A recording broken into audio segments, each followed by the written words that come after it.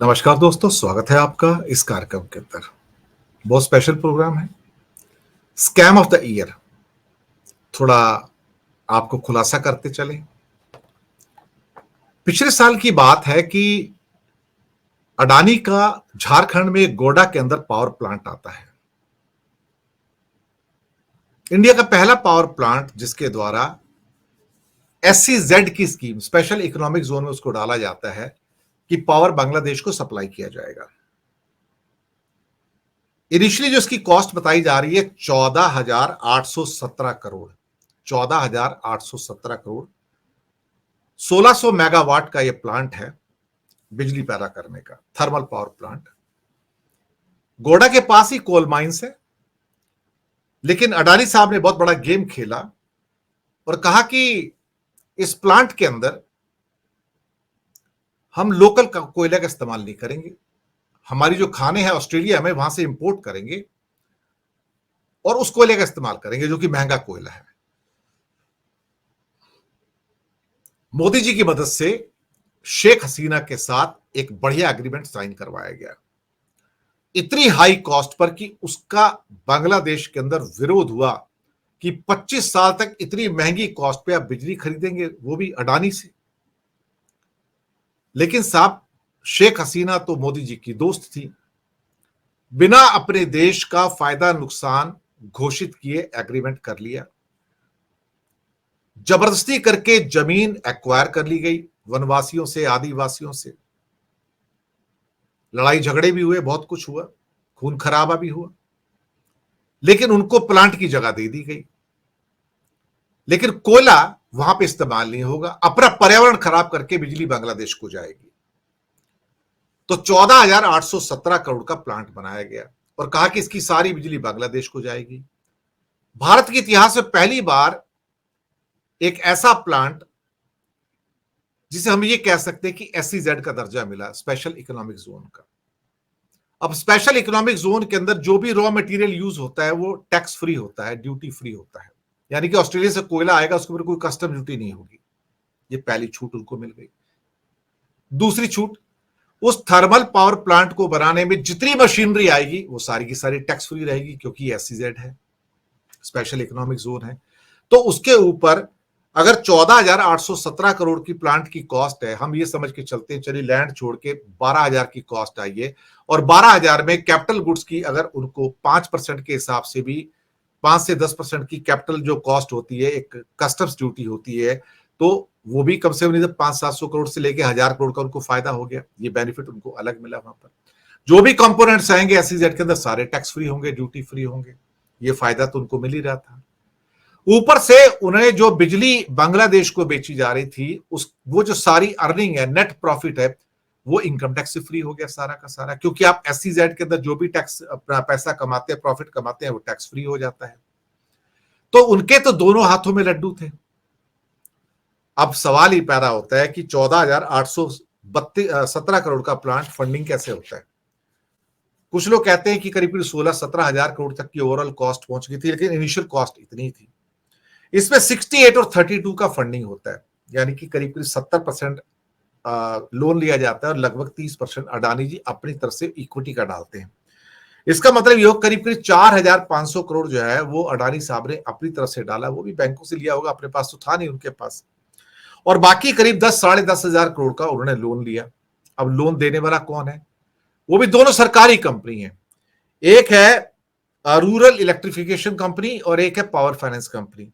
इन दोनों से कहा गया, जो भारत सरकार की कंपनी है, कि भैया ये जो 10,000 करोड़ इसको देना है ना, आधा तुम दो आधा तुम दो। तुम कहां से लेके आते हो, तुम्हारा लुकअप है, तुम कौन से बैंक से लेके पैसा लेते हो मुझे कुछ नहीं पता, तुम पैसा लेके आओ। तो पावर फाइनेंस कंपनी और REC जो है ये 5-5 हजार करोड़, 5.25 हजार करोड़ इकट्ठा करते हैं और अडानी को सौंप देते हैं। यानी कि मोदी जी उनको लोन का बंदोबस्त भी करवा देते हैं, SEZ में कन्वर्ट करवा देते हैं। ये सब कुछ तो हो गया। तो 68-32 की ये डेट इक्विटी की इसमें रेशो आती है। बहुत बढ़िया। ये मैंने देखा तो मैंने कहा मेरा माथा चकराया। अब एग्रीमेंट हो गया, हाई एग्रीमेंट किया गया, शेख हसीना ने एग्रीमेंट कर दिया। उसको पता था कि मैं अपने देश को नुकसान पहुंचा रही हूं, लेकिन उसने एग्रीमेंट किया। चलो ठीक है, पर कहते हैं कि जब 27 जून 2023 को उसका प्रोडक्शन स्टार्ट होता है और बिजली सप्लाई शुरू हो जाती है, 25 साल का पावर परचेजिंग एग्रीमेंट है, पीपीए, 25 वर्ष का पावर परचेजिंग एग्रीमेंट है। अब सर आप ये सोचिए दर्शक मित्रों कि भाई man proposes and God disposes, हर जगह पे बेईमानी। Plant, thermal power plant SEZ कैसे हो सकता है भाई? इंडिया में आज तक कभी हुआ ही नहीं, लेकिन अडानी ने करवाया क्योंकि मोदी उनके दोस्त है। तो बेईमानी तो शुरू से होती है ना, आपको पता है ना। और ये अपने आप को चरित्रवान सत्यवादी हरिश्चंद्र कहते हैं। अब उसके बाद क्या होता है यहां पर साहब कि शेख हसीना की सरकार चली जाती है। अब ये कहानी में ट्विस्ट है, सरकार चली जाती है तो बिजली का क्या होगा? बिजली का क्या होगा? तो अडानी साहब भागे भागे भागे भागे मोदी के पास जाते, सर मुझे बचाओ, मुझे बचाओ सर, अब मुझे कुछ ऐसी परमिशन दो कि मैं ये बिजली डोमेस्टिक टैरिफ एरिया में बेच सकूं, कि मतलब इंडिया में बेच सकूं। मैं तो बिजली तो पैदा हो रही है, मैं कहां बेचूंगा इसको? मोदी जी, अब मैं क्या कहूं, एकदम रातों रात पिघल गए। वो कहता है यार अडानी तू आ गया, आजा बैठ जा, पहले चाय पी, बता क्या हुआ क्या है।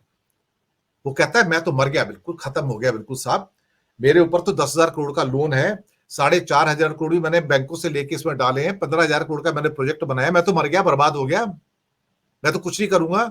बांग्लादेश तो बिजली लेना बंद कर देगा, और बीएनपी की जो खालिदा जिया और बाकी लोग तो बिजली लेंगे नहीं मुझसे, वो तो पहले बंद कर चुके हैं। तो बोलते क्यों चिंता करता है? तो कहता करूं क्या, मरूंगा क्या मैं? मेरे 15,000 करोड़ कहां से लाऊंगा मैं? मेरे पास तो पैसे नहीं है, पूरे के पूरे तो फॉल्स उनके सारे के सारे अकाउंट्स हैं। रातों रात 12 तारीख की रात को, 12 अगस्त की रात को एक मीमो इशू किया जाता है, या एक नोटिफिकेशन या सर्कुलर इशू किया जाता है कि पड़ोसी देशों को बिजली की सप्लाई करने वाली जो जनरेटर कंपनियां हैं, जिसमें नाम नहीं लिखा गया, अडानी उसका है, उनको जो कंट्रोल करने वाला जो डायरेक्शंस हैं जो 2018 में इशू की गई थी, उन डायरेक्शंस के अंदर अमेंडमेंट किया जाता है। वो अमेंडमेंट क्या है कि इसने जितनी बिजली पैदा करनी थी, जिस भी कंपनी ने, अडानी था, 100% बिजली जो थी एक्सपोर्ट होनी थी, और उसका एग्रीमेंट था। और 1600 मेगावाट का गोडा में एक पावर यंत्र है एक व्यक्ति का, जिसका नाम अडानी है, यहां आगे आके कहते हैं। तो अब चूंकि बांग्लादेश के हालात बदल चुके हैं, तो यहां बिजली पैदा होगी तो कहां जाएगी? अब इन नियमों के अंदर बड़ा चेंज किया जाता है, कि संशोधन किया जाता है कि अब अडानी का गोडा संयंत्र जो बिजली पैदा करता है वो पूरा का पूरा भारत के ग्रिड में बेच सकता है। यानी कि जो भारत का जो नेशनल ग्रिड है, एनटीपीसी का, कुछ और जो है पावर फाइनेंस जो भी है इनकी, वो जो खरीदते हैं नेशनल, क्या कहते हैं कि पूरा का पूरा पावर ग्रिड है यहां पर, वो इससे बिजली खरीदेगा, और उसके लिए बिजली खरीदना कंपलसरी है, वो रिफ्यूज नहीं कर सकता, और जो भी मार्केट रेट होता है उस पर वो खरीदेगा। और इसको अडानी ग्रुप ने 2023 में भारत और बांग्लादेश के सहयोग का एक शाइनिंग एग्जाम्पल कहा था, और शेख हसीना से मुलाकात भी की थी। लेकिन ये सारा का सारा जो एग्रीमेंट है, ये पूरा का पूरा इमीडिएटली रातों रात लाया गया है, रातों रात इसको इंप्लीमेंट किया गया कि भाई कैसे भी करके इसको अब चेंज कर दिया जाए। और इसके चेंज के हिसाब से अब ये गोडा का पावर प्लांट भारत के अंदर बिजली बेच सकता है, जो नेशनल ग्रिड है उसके अंदर बिजली बेच सकता है। ये तो भाई कमाल की बात हो गई। अगर आप भारत के अंदर डोमेस्टिक टैरिफ एरिया के अंदर बिजली बेच सकते हो, तो फिर तो आपको उसके ऊपर ड्यूटी भी भरनी पड़ेगी, और फिर आपने 10-12 हजार करोड़ के जो सारे संयंत्र लगाए हैं जो अपने एसईजेड को डिक्लेयर कराने में, उस पर भी ड्यूटी आपको भरनी पड़ेगी। इसका मतलब आपको एसईजेड भी कैंसिल करना पड़ेगा। अगर बांग्लादेश ने बिजली ही नहीं लेनी आपसे, तो एसईजेड किस काम का? तो एसईजेड का दर्जा खत्म करना पड़ेगा। उसके बाद अडानी रोएगा कि भाई मैं तो बिजली तो मेरा काम है ही नहीं, मैं तो थर्मल पावर प्लांट लगाता नहीं हूं, तो मोदी जी मुझसे बाहर निकालो। तो मोदी जी का दिल फिर पिघल जाएगा, और वो क्या करेंगे? वो दरअसल कहेंगे अच्छा ठीक है, I will ask NTPC, national thermal power corporation को मैं आदेश दूंगा कि तुम गोडा का पावर प्लांट खरीद लो, क्योंकि ये बेचना चाहते हैं। और उसकी लायबिलिटी के साथ में एनटीपीसी उस पावर प्लांट को हमारा अनुमान है खरीद लेगा, क्योंकि अडानी कहेगा ये मेरा एरिया ही नहीं है काम करने का, मेरा एरिया तो पोर्ट्स हैं, एयरपोर्ट्स हैं, वो सारे हैं, थर्मल पावर प्लांट चलाना मेरा काम नहीं है।